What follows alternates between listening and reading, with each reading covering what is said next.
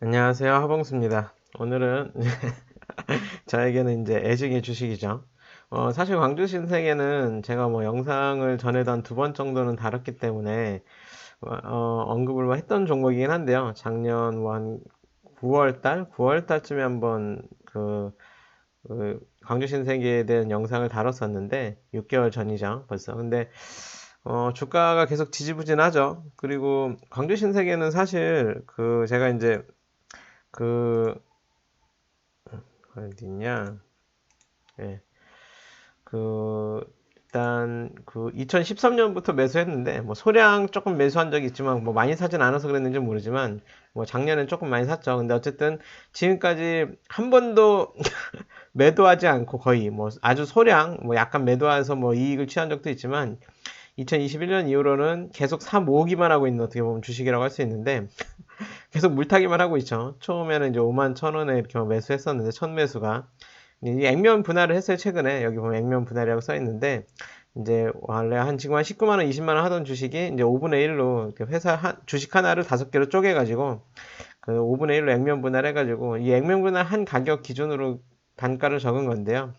예전에 이제 5만 1,050원 정도에 샀다가 계속 물타기가 돼서 이제 작년 9월 15일이 마지막 매수였는데 작년에서는 4978원까지 이제 평균 매수가가 좀 떨어졌는데 그래도 현재 좀 아직 물려 있는 상태죠. 그리고 이제 액면 분할 했을 때 또 액면 분할 후에 주가가 또 오르지 않을까 하는 기대감에 제가 좀 소량 또 매수를 했습니다. 그래서 39,100원, 37,600원 이렇게 매수했는데 계획해놓은 매수하려고 했던 금액이 있어가지고 아직 다 산 건 아니어서 더 떨어지거나 35,700원까지 더 떨어져도 사고 또 반대로 또 올라서 39,600원까지 올라도 사게 이렇게 구간 설정을 또 해놔서 추가 매수를 또 계속 걸어놓고 있긴 하죠. 그래서 계속 사모기만 하고 있는 회사인데 과연 이 끝이 어떻게 될지 좀 궁금합니다. 그래서 오늘의 제목은 광주 신세계 지분 3.1%를 취득해서 감사 선임을 주도할 사람 없을까요? 뭐 이런 내용인데 뭐 이게 무슨 내용인지 좀 이따가 또 설명을 드리도록 하겠습니다. 그래서 예약 매도가는 근데 뭐 매수는 계속해서 뭐 단가를 낮추고는 있는데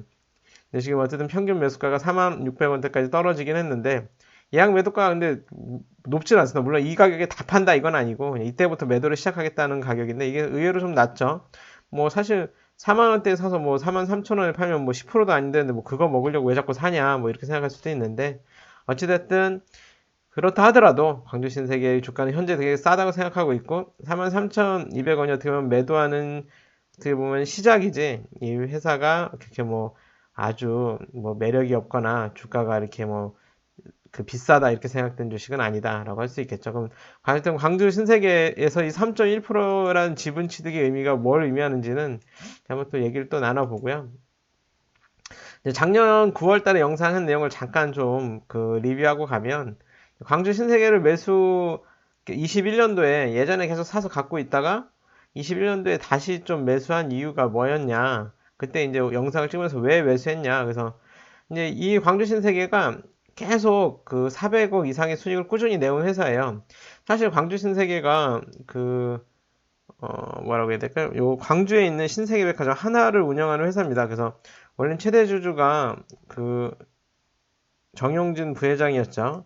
어떻게 보면 신세계 그룹에 있는 회사인데, 근데 최근에 정용진 부회장이 이제 지분을 팔고 떠났죠. 그래서 이제 원래 최대 주주가 전에는 52.8% 지분을 가진 정용진 부회장이었는데, 정용진 부회장은 주로 이마트를 이제 물려받았고, 그리고 이제 신세계는 동생인 이제 정용진 부회장의 동생분이 이제 신세계 백화점 쪽을 물려받았는데, 그래서 어떻게 보면 광주 신세계는 백화점을 운영하는 회사니까 정용진 부회장이 맡고 있을 회사는 아니었죠. 그래서 그 지분 52.8%를 신세계에 넘겼는데요. 그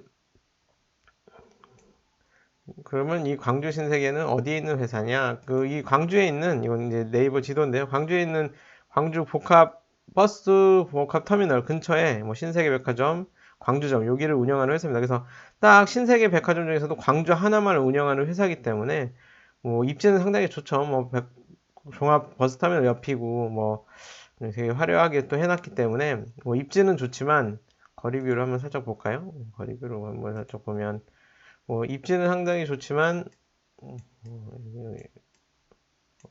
네, 여기 왜 안 보이나? 아, 여기네, 여기. 신세계. 요거. 이렇게 입지는 상당히 좋지만, 딱 백화점 하나, 그 지방에 있는 백화점 하나를 운영하는 회사이기 때문에, 어느 정도 순이익이나 이런 면에서는 제약이 좀 있죠. 그래서, 뭐 순이익이 크게 늘지도 않고 줄지도 않습니다. 보면, 이제 이걸 좀 화면을 확대해서 보면, 지금, 순이익이 이제 2014년부터 이렇게 보면, 400억대에서 500억대 이렇게 쭉 그냥 400에서 500억대 정도를 그냥 유지하고 있고 늘지도 않고 크게 줄지도 않고 그냥 안정적으로 백화점을 운영하는 회사다라고 볼 수 있죠. 그래서 백화점 점포수가 늘어나는 것도 아니고 광주에 있는 백화점 딱 하나만 운영하는 회사이기 때문에 그냥 안정적으로 그 회사의 그 회사를 운영하고 있고 순이익을 안정적으로 내고 있는 회사다라고 할 수 있죠. 근데 2017년부터는 순이익이 현금으로 쌓이고 있다. 그래서 이제 상당히 지금 이제 요거는 이제 손익계산서라면 요거는 제가 자주 이용하는 i투자닷컴이라는 사이트인데요. 그 재무상태표를 보면 이 2014년부터 이제 부채 총계를 보면 부채가 2,400억, 2,000억, 1,600억, 1,200억 계속 줄다가 2017년부터는 700억대로 부채가 더 이상 줄지 않습니다. 그리고 소폭 오히려 늘어나죠. 그러니까 빚을 계속 갚아왔다는 거예요. 1년에 400억씩 버는데 그래서 400억씩 벌면서 계속 빚만 갚아왔죠. 그래서 전체적인 자산이 늘질 않습니다. 여기 2017년까지는 6,500억, 6,500억, 6,500억, 6,500억, 6,500억 거의 똑같죠 자산이. 그러니까 버는 돈을 다 빚 갚는 데 쓴 거예요 2017년까지는. 그러면서 빚을 다 갚았으니까 이제 돈이 쌓이죠. 그래서 계속 400억씩 쌓입니다. 그래서 2018년부터는 뭐 6,500에서 6,900, 400억씩 막 늘어나죠. 400억씩 버는 대로 현금으로 쌓이고 있는 거예요. 그러면서 유동자산이 이제 보통 현금성 자산이죠. 그래서 유동자산이 계속 없었어요. 2017년까지는 200억, 300억이었다가 700억, 1000억, 1400억, 2000억 계속 유동자산이 현금이 막 쌓이고 있습니다. 그렇다고 현금이 쌓인다고 이 회사가 따로 뭘 하지도 않아요. 그냥 계속 쌓아두고 있는 거예요, 현금을. 그렇기 때문에 어느 정도 이제 빚을 다 갚고 돈이 막 쌓이는 시기다. 이 돈을 가지고 뭔가를 해야 될 시기가 왔다.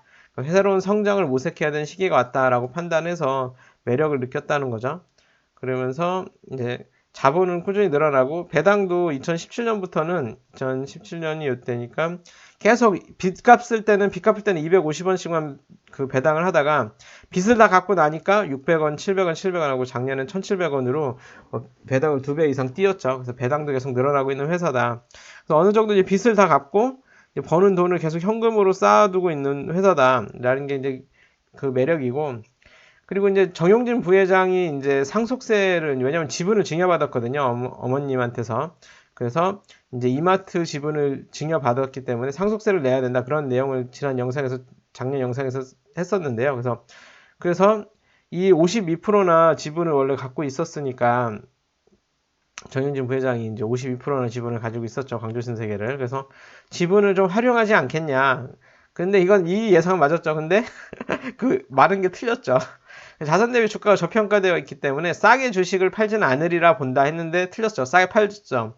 물론 이제 시세보다는 높았어요. 주가 시세보다는 이제 광주 신세계가 이제 여기 요때쯤 이제 팔았거든요. 48,300원까지도. 요때 이제 정용진 부회장이 이제 광주 신세계를 활용할 거다라는 소문이 돌고 해서 광주 신세계를 뭐 매각할 거다 뭐 이런 소문이 돌면서 주가가 막 급등한 적이 있었는데 물론 시세 이렇게 최고가가 48,300원이었는데 정용진 부회장이 이제 신세계 측에 매각한 가격은 이제 지금 액면 분할한 가격으로 따졌을 때는 한 54,840원이에요. 그래서 실질적으로 이제 48,300원이 최고가였는데 최근에 최고가였죠.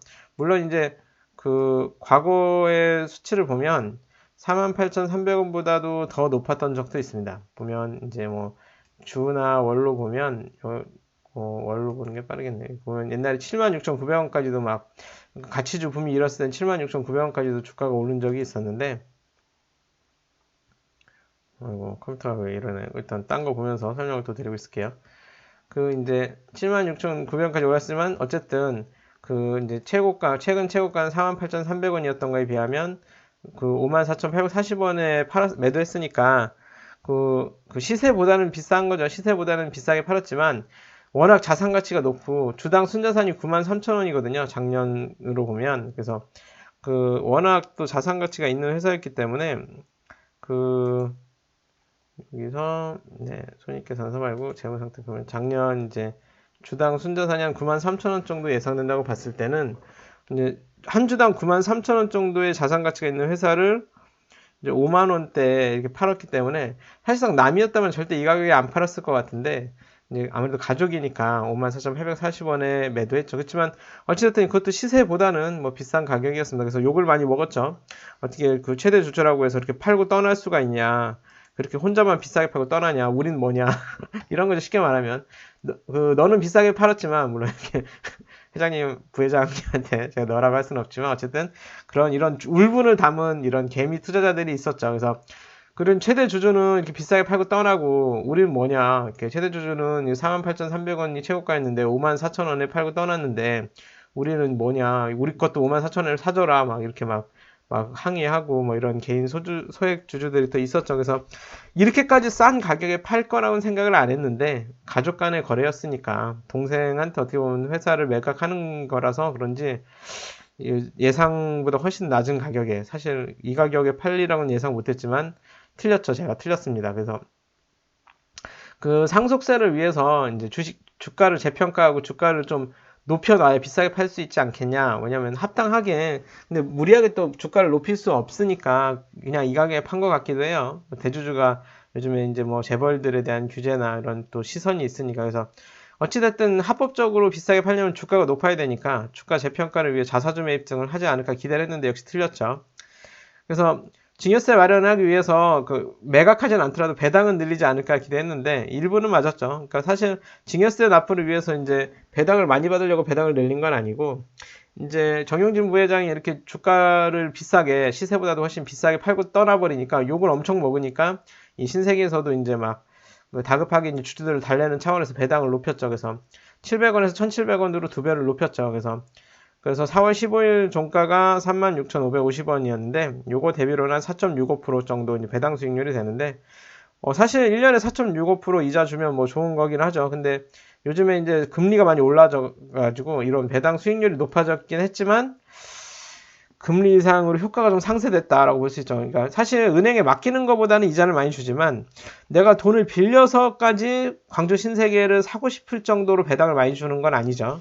요즘에 이제 뭐 주담대도 뭐 6%, 7%대가 나온다는 또 기사도 봤는데 그래서 실질적으로 이제 내가 여유 자금이 있어서 이 돈을 은행에 맡겨놓으니 광주 신세계 주식을 사서 배당을 받겠다라고 한다면 주가가 떨어지지 않는다고만 하면 4.65% 이자를 주니까 꽤 괜찮다라고 볼 수 있지만 돈을 빌려서까지 광주 신세계를 사고 장기간 뭐 돈을 빌려서 광주 신세계 주식을 갖고 있기에는 조금 좀 그 금리가 최고 올라가서 배당주로서의 매력은 좀 떨어졌다라고 할 수 있죠. 근데 또 반대로 그 배당주로서의 매력은 떨어졌을 수 있지만 이게 이제 그 광주 신세가 현금을 또 많이 갖고 있는 회사이기 때문에 금리가 높아지면 이거에 대한 또 이자를 또 많이 받겠죠. 그래서 이자 수익이 또 증대되는 어떻게 보면 자산 가치주로서 최근에 이제 금리 인상 수혜주라고도 볼 수는 있습니다. 그래서 금융 수익에서 이자가 계속 늘어나죠. 돈이 계속 늘어나니까 뭐 이제 90억, 100억, 106억, 그러니까 이자 수익이 계속 늘어났잖아요. 근데 이제 이자 수익이 확 뛸 수 있다. 왜냐면 은행 이자만 받고 그냥 현금으로만 계속 갖고 있어 은행 이자만 받았는데 금리가 올라가니까 어떻게 보면 금리 인상 수혜주로서의 또 가치도 인정받을 수 있지만 배당주로서의 효과는 금리가 올라가면서 조금 상쇄되는 부분도 있다. 근데 이제 주당 순이익이 6,549원임을 고려하면 주당 1,700원에 배당을 한 거니까 배당 성향은 순이익 대비로는 한 26% 정도 되는데요. 이제 더 이상 이 회사가 성장을 할 생각이 없다면 그냥 옛날 빚 갚듯이 이제 그 버는 돈 다 그냥 배당해달라. 이걸 26이 아니라 최소한 50% 해주고 100% 해달라라고 요구할 수도 있겠죠. 이게 개인 주주들은 어차피 니네 광주 신세계 백화점 딱 하나만 운영하고 광주 말고 다른 뭐 부산이나 대전이나 이런데 뭐 백화점 설립할 건 아니잖냐. 그럼 광주에다가 추가로 또 설립할 거 아니면 배당해달라 뭐 이렇게 할 수도 있죠. 옛날에 400억 싶을 때 400억 전액 다 빚 갚는데 썼는데 이제 광주 신세계를 아껴준 이제 소액 주주들한테 빚을 갚아라. 그러면서 전체 배당을 해라. 그래서 이제 앞으로 배당 성향 50% 늘려주세요. 막 이런 요구를 할 수도 있긴 하겠죠. 근데 어찌 될지는 모르지만 어쨌든 배당주로서의 매력이 조금 감소한 면은 있다. 이게 한 뭐 9% 된다면 굉장히 뭐 획기적이긴 하겠죠. 근데 제가 이제 목표가를 그렇게 높게 잡진 않았잖아요. 이렇게 매수하면서도 43,200원까지밖에 목표가를 안 잡았는데 왜 43,200원이냐? 그거는 그냥 제 평소 하던 대로 ROE 기준으로 그냥 목표가 막 세우긴 했는데 이게 좀 궁색하긴 합니다. 왜냐면 그 이제 ROE가 이제 7.2% 지금 이 회사가 예전에는 막 ROE가 15, 16, 막꽤 10% 이상 후반대까지도 ROE를 올렸었는데 최근에 계속 ROE는 떨어지고 있죠. 근데 ROE가 떨어지고 있는 건 뭐 당연합니다. 왜냐하면 이 회사가 백화점 하나만 딱 운영하고 있기 때문에 순이익이 그냥 일정해요. 더 늘어나질 않습니다. 순이익은 일정한데 자본은 늘어나고 있어요. 돈은 계속 버니까. 그럼 자본이 늘어나는 만큼 순이익도 같이 늘어나줘야 ROE가 높게 유지가 되는데 이래서 ROE를 유지한다는 게 어렵죠. 근데 돈은 꾸준히 벌고 있지만 돈을 버는 액수는 늘어나지 않는데 자본은 늘어나고 있다. 그러니까 ROE를 높이기 위해서라도 버는 돈을 좀 다 배당으로 소진시켜라. 라고 이제 개인 소액 주주들은 요구할 수 있는 부분이겠죠. 근데 어쨌든 이제 ROE가 계속 낮아지는 추세가 되고 있죠. 근데 어쨌든 이제 한 5년, 최근 5년 평균 계속 낮아서 7.2% 정도까지 낮아졌는데 그냥 그래도 7.2% 정도 이제 ROE를 유지한다고 가정하면 10년 후에는 자기 자본이 한 1조 3,301억 원이 될 것 같다. 지금은 자기 자본이 7,400억 정도 되거든요. 회사는 꽤 큽니다. 근데 시가총액은 3천억밖에 안 돼요. 3천억대. 그러니까 워낙 PBR도 0.5밖에 안 되죠. 지금 그 이제 PBR을 한번 보고 회사를 한번 보면 퍼는 5.58이고 PBR이 0.39, 0.5도 안 되네요. 진짜 2,900억. 시가총액이 3천억도 안 돼요. 근데 시가총액이 3천억도 안 되는데 그 회사의 그 자기 자본은 그래서 얼마야 이게? 자기 자본 7천억이 넘으니까 정말 저평가긴 하죠. 근데 그 이제 ROE는 어쨌든 7.2% 계속 10년을 유지한다고 가정하면 이제 그 2032년에 1조 3천억 정도의 자기 자본을 형성하고 순익 또한 950억 하지 않겠냐.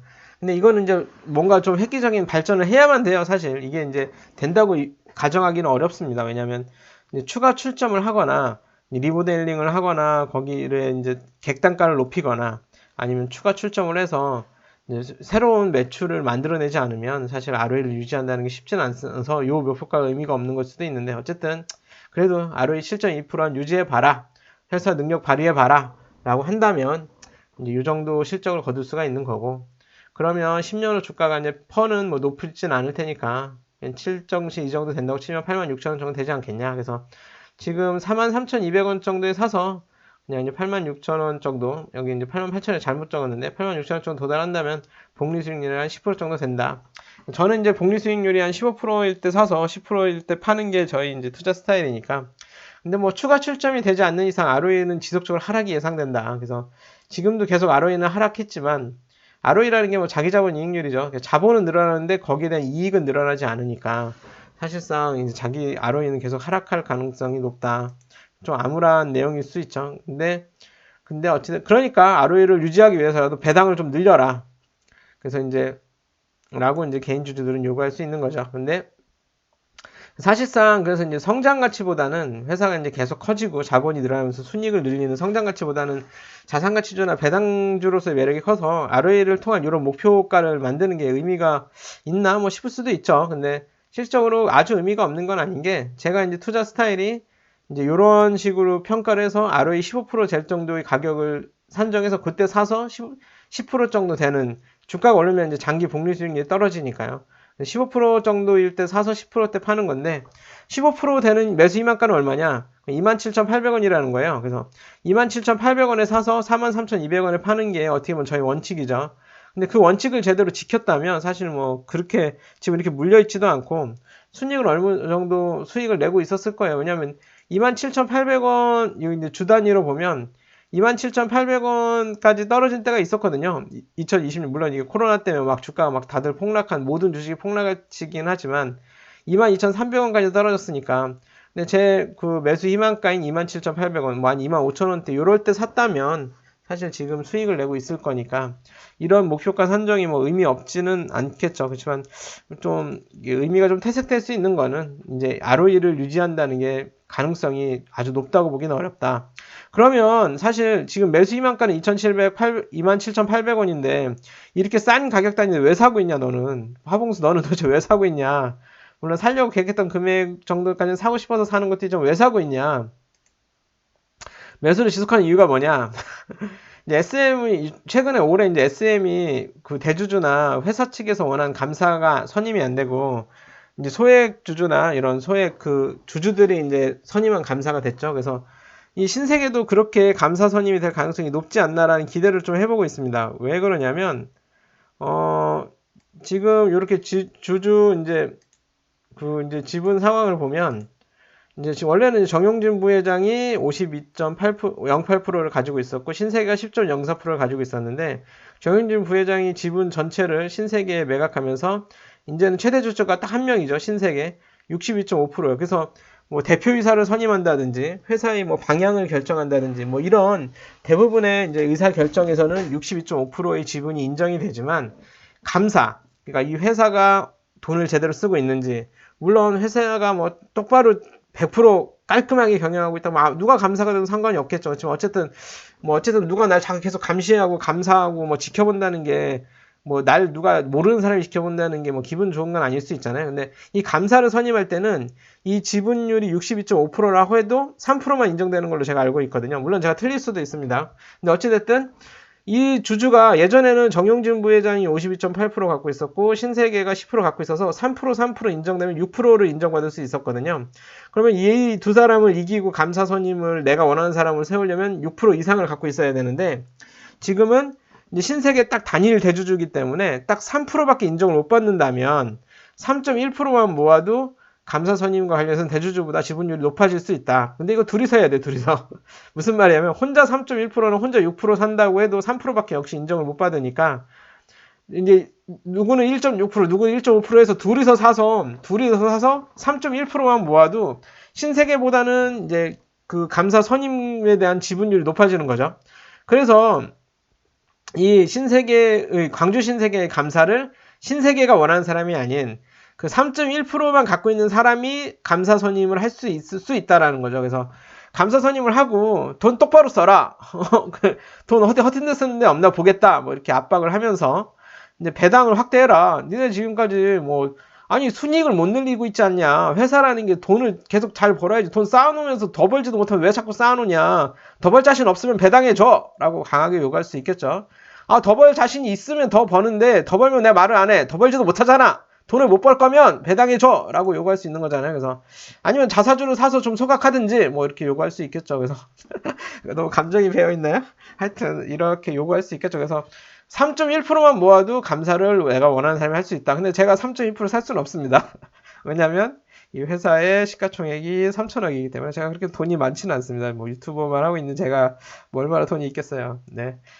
시가총액 3천억이기 때문에 그래도 한 90억은 있어야 둘이서 90억은 모아야 어쨌든 이제 뭐 3.1% 모을 수 있으니까 뭐 제가 그렇게 돈이 많지는 않으니까 어렵지만 이렇게 좀 돈을 모아서 요구할 수 있지 않을까 이런 생각이 좀 드는 거죠. 그래서 조금 그 이제 어느 정도 400억 정도 1년에 꾸준히 버니까 한 200억은 배당으로 써라. 왜 그렇게 요구할 수 있냐? 뭐 추가 출점을 해서 순이익을 더 늘릴 거라면 그렇게 뭐 배당을 많이 안 줘도 이해를 하겠지만 돈을 더 벌 자신이 없다면 그 버는 거를 배당으로 주주한테 나눠줘라 라고 요구할 수 있겠죠. 근데 이런 가능성에 대한 누군가가 3.1%를 모은다는 건 주식을 사야 된다는 얘기니까 그렇게 주식을 살 만한 사람이 있지 않을까 뭐 이런 기대감에 또 어느 정도 매수하는 것도 있고요. 그리고 이제 윤석열 당선인이 이제 광주 지역 복합 쇼핑몰을 공약을 했죠. 그래서 당선이 됐기 때문에 최근에 이제 그런 공약을 이행하려는 움직임이 좀 보여요. 물론 이제 이게 언제 될지 또 어떻게 될지 뭐 알 수는 없죠. 알 수는 없지만 여기 뭐 최근에 기사도 보면 이제 네이버 기사인데 이거는 이데일리 기사인데 인수위가 강주를 방문했다. 대양 복합 쇼핑몰 들어서나 뭐 정확하게 뭐 그 여러 가지 뭐 업체 선정이나 이런 건 아니지만 스타필드나 여러 가지 이제 논의를 했다. 그러면서 지원책이나 뭐 여러 가지 이제 좀 수월하게 복합 쇼핑몰이 들어올 수 있도록 뭐 논의하고 있다. 그리고 대통령 공약이니까 어느 정도 광주에 복합 쇼핑몰이 또 들어설 수 있지 않을까. 그리고 광주형 일자리나 뭐 이런 걸 통해서 광주에도 투자를 많이 하려는 계획은 또 있습니다. 그래서 그 광주가 또 발전하면 광주의 대표 쇼핑몰인 광주 신세계가 또 수혜를 받을 수도 있지 않을까. 근데 또 반대로 신세계가 아닌 다른 회사가 복합 쇼핑몰을 차지한다면 오히려 경쟁이 심화되면서 지금 있는 400억도 못 벌게 될 수 있는 악재가 될 수도 있겠다. 약간의 리스크는 있지만 어쨌든 워낙 자산 대비 저평가고 이렇게 또 주가가 싸지면 3.1%를 모으려는 사람이 또 생길 수도 있지 않을까 뭐 이런 기대감도 있어서 어느 정도까지는 조금 더 주식을 매수하고 싶은 욕망이 있어서 물려있지만 비록 물려있습니다. 저는 물려있지만 어느 정도 주가가 더 싸져도 사지고 또 올라도 사지게 구간 설정을 해놔서 근데 이렇게 구간 설정을 해놓는 이유는 이제 조급해지지 않기 위해서도 있고요. 이제 주가가 떨어지거나 올라야 사지는 거잖아요. 그래서 계속 박스권에 머물러 있으면 또 매수를 안 하게 되니까 그냥 지켜보다가 어느 정도 구간을 설정해서 매수를 좀 더 할 생각은 있다. 그래서 과연 이제 ROE를 추가 혹시라도 근데 광주 복합 쇼핑몰을 신세계에서 유치하게 된다면 신세계 또 주가가 굉장히 또 오를 수도 있죠. 지금 400억 버는 걸 800억 벌 수도 있는 회사가 될 수도 있는 거니까 그때는 배당 확대가 아니라 과감한 투자를 통해서 또 순이익을 늘릴 수도 있겠다라고 자신한다면 또 그럴 수도 있겠죠. 그래서 만약에 성장 가치가 더해진다면 주당 가치는 뭐 오히려 PBR 1 정도인 93,000원 이상으로도 오를 수 있는 가능성이 있는 회사다라고 저는 생각을 합니다. 근데 어떻게 될지 모르겠지만 워낙 자산 대비 저평가고 여러 가지 요인들에 의해서 주가가 상승 탄력을 받을 만한 요인은 있어 보인다라는 생각을 하고 저는 물려있고 저는 어쨌든 90억이 없기 때문에 이거를 3.1% 살 수는 없지만 누군가 3.1%를 사면 신세계가 아닌 내가 원하는 감사를 선임할 수 있는 상황이 될 수도 있다. 그리고 또 소액 주주들을 통해서 배당이나 이런 걸 확대를 요구하자. 아니 돈도 더 벌지도 못하는데 왜 배당을 안 하고 쌓아만 두냐라고 요구할 수 있으니까 소액 주주들 만약에 누군가 3.1%를 모아서 감사 선임을 하겠다. 진짜 뛰어난 사람이고 청렴 결백한 사람으로 감사 선임을 해서 회사의 배당 확대나 자사주 매입을 요구하겠다고 한다면 저는 그쪽에 투표하겠습니다. 주주로서. 그래서 어찌됐든 이런 상승의 가능성도 있지 않나.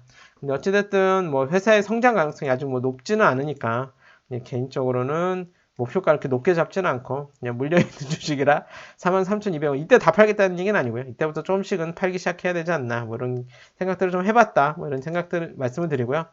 어느까지나 광주 신세계에 대한 개인적인 생각이니까요. 어디까지나 참고용으로만 봐주시고요. 영상이 마음에 드셨다면 구독, 좋아요, 알림 설정 부탁드리고요.